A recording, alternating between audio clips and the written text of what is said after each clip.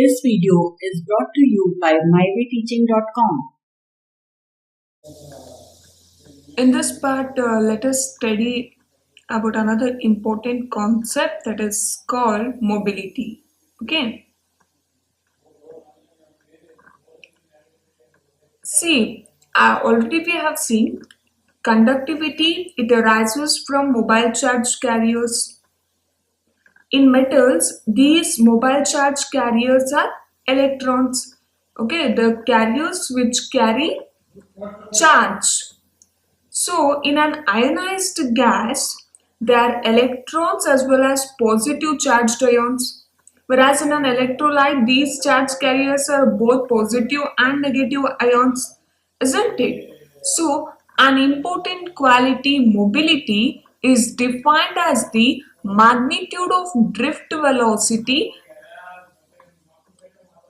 per unit electric field. Okay, so we define the quantity mobility as the magnitude of drift velocity per unit electric field. So the SI unit of this mobility is given by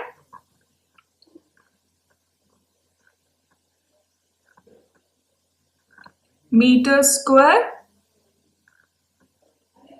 per volt second and is 10 raised to 4 of the mobility in practical units. We use centimeter square per volt second. Okay, and mobility is positive. So we know this drift velocity is given by E tau E by m. So we can write mu is equal to E tau E by m into E, which gives, so where this tau, this symbol, it is used for average collision time for electrons. Okay, this is average collision time for electrons. This is about mobility. Now let us study limitations of Ohm's law. See, this Ohm's law is not a universal law, so it has some limitations. What are those limitations? Let us see. See, this Ohm's law has been found valid over a large class of materials. So there do exist materials and devices which are used in electric circuits where the proportionality of V and I does not hold, which means in certain materials this Ohm's law is not valid, we can say. So the deviations broadly are one or more of these following types. One is V ceases to be proportional to I. You can see this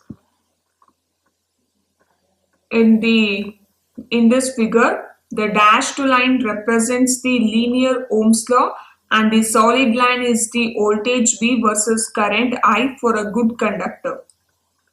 So here we can see V ceases to be proportional to I. Actually, actual Ohm's law line is this one, but in solid conductors the line will be like this in some of the conductors. So here that whole law is not exactly, it's following the law, isn't it, in some of the conductors.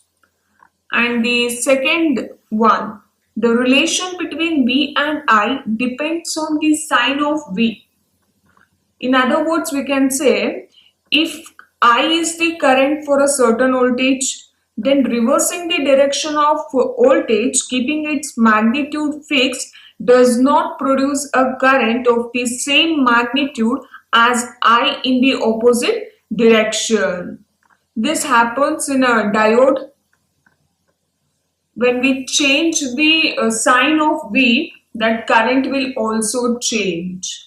So you can see that in this particular figure. So mainly it happens in a diode. See, this is for diode. the current is not same in both the directions. Here it is different in positive, and here in for negative V it is different. So this is another deviation of Ohm's law. Okay. And the third point is the relation between V and I is not unique. There is more than one value of V for the same current I. See, for the V and I, it is not unique every time. We can say for the same value of current I, there will more than one value of V. We can see that more than one value of V.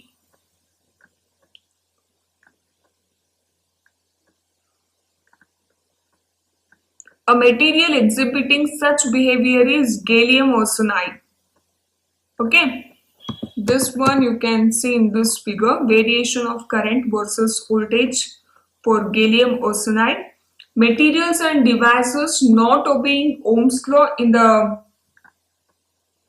form that we discussed, the equation that is V is equal to RI, are actually widely used in electronic circuits. Okay, in this and a few subset. So in this,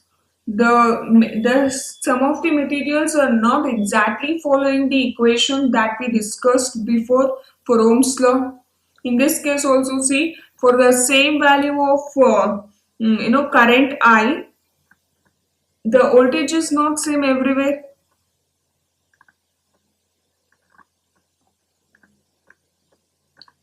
So if you consider this point, this is some amount of current, but the voltage is different here, the voltage is different here, the voltage is different here, the voltage is different.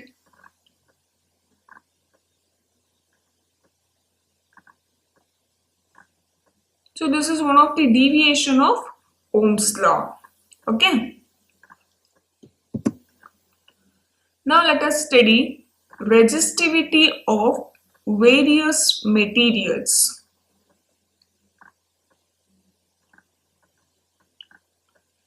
See the resistivity of various materials you can see in this following table.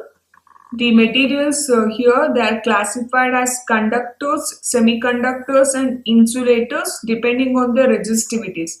Conductors are those which conduct electricity, insulators do not conduct electricity, and semiconductors, they lie between conductors and insulators, isn't it? Yes, based on the resistivity only, they are classified as conductors, semiconductors and insulators in an increasing order of their values. Okay.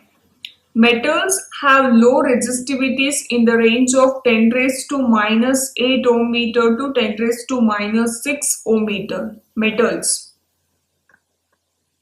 You can see 10 raised to minus 8 to 10 raised to minus 10. So silver, copper, aluminium,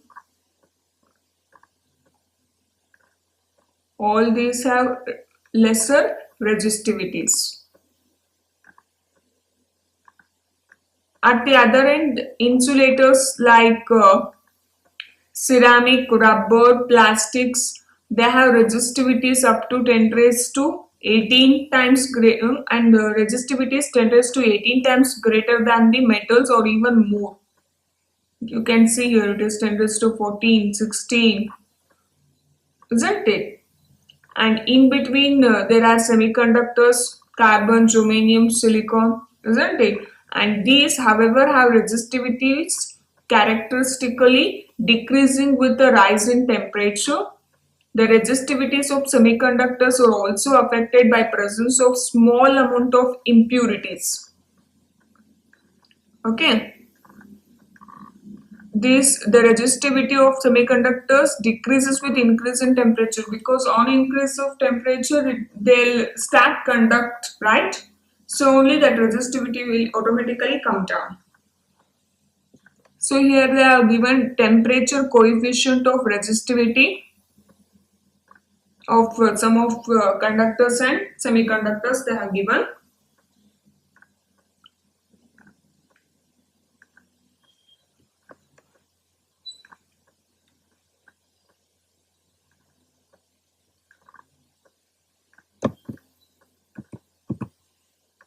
See, commercially produced resistors for domestic used or in laboratories are of two types.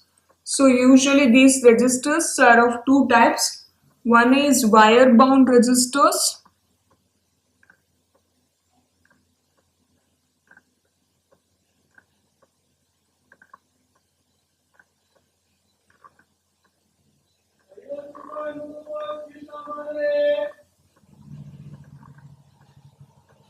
And the other one is carbon resistors.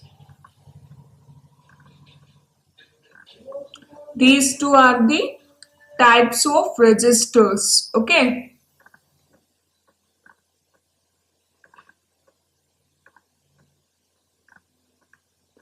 The first one is wire bound resistors. These wire bound resistors are made by winding the wires of an alloy. For example, manganese, nichrome, constantan or similar ones. So by winding the wires of alloy, we'll get this wire bound resistors. Okay.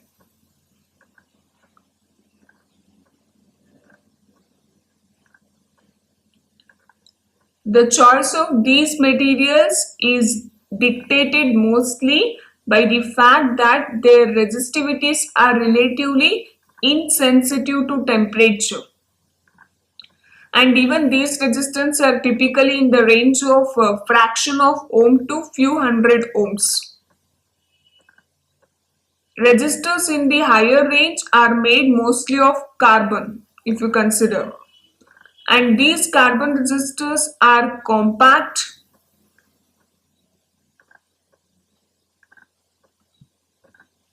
inexpensive,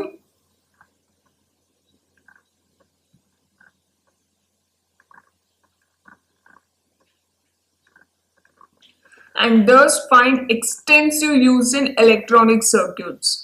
Okay, and even these carbon resistors are small in size and hence their values are given using a color code. So we usually calculate the resistance value based on the color code which is present on that resistor. Okay. These resistors, they have a set of coaxial color rings on them, and usually there will be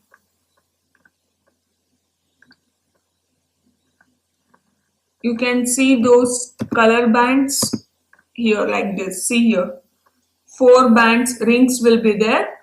So each band indicates value. What is that value? We'll study now. So in this, the first 2 bands from the end indicates the first 2 significant figures of the resistance in O. So you can see red, red. So this red is having the value 2. So these first two indicates the first 2 value of the resistance. Okay. And the third band indicates the decimal multiplier. So again here it is red. So it indicates decimal multiplier, that is 10 raised to 2. And this last band stands for tolerance, or we can say possible variation in percentage about the indicated value. If it is silver, it is plus or minus 10%. If it is gold, it is plus or minus 5%. Okay. And you can see one more example. This yellow is having the value of 4. Violet is having the value of 7. So the first 2 will be 4, 7. Significance value of register. And the next is brown. The value of brown is 1. So it indicates the decimal multiplier, 10 raised to 1. And next is the gold. So it indicates the tolerance. It is plus or minus 5%. Okay. In this table you can see the values for various colors, the resistor color codes, and even multiplier and tolerance. So for black it is 0, for brown 1, red 2, orange 3, yellow it is 4, green 5, blue 6, violet 7, grey 8, white 9. Gold and silver, see, you can see they have tolerance value of 5 and 10. And the multiplier also, for black it is 0, 10 raised to 0 is 1. Similarly for brown, the value is 1, so multiplier is obviously 10 raised to 1. So they have given for all the different colors. Okay, using this table only we have to calculate the resistance value of any resistor.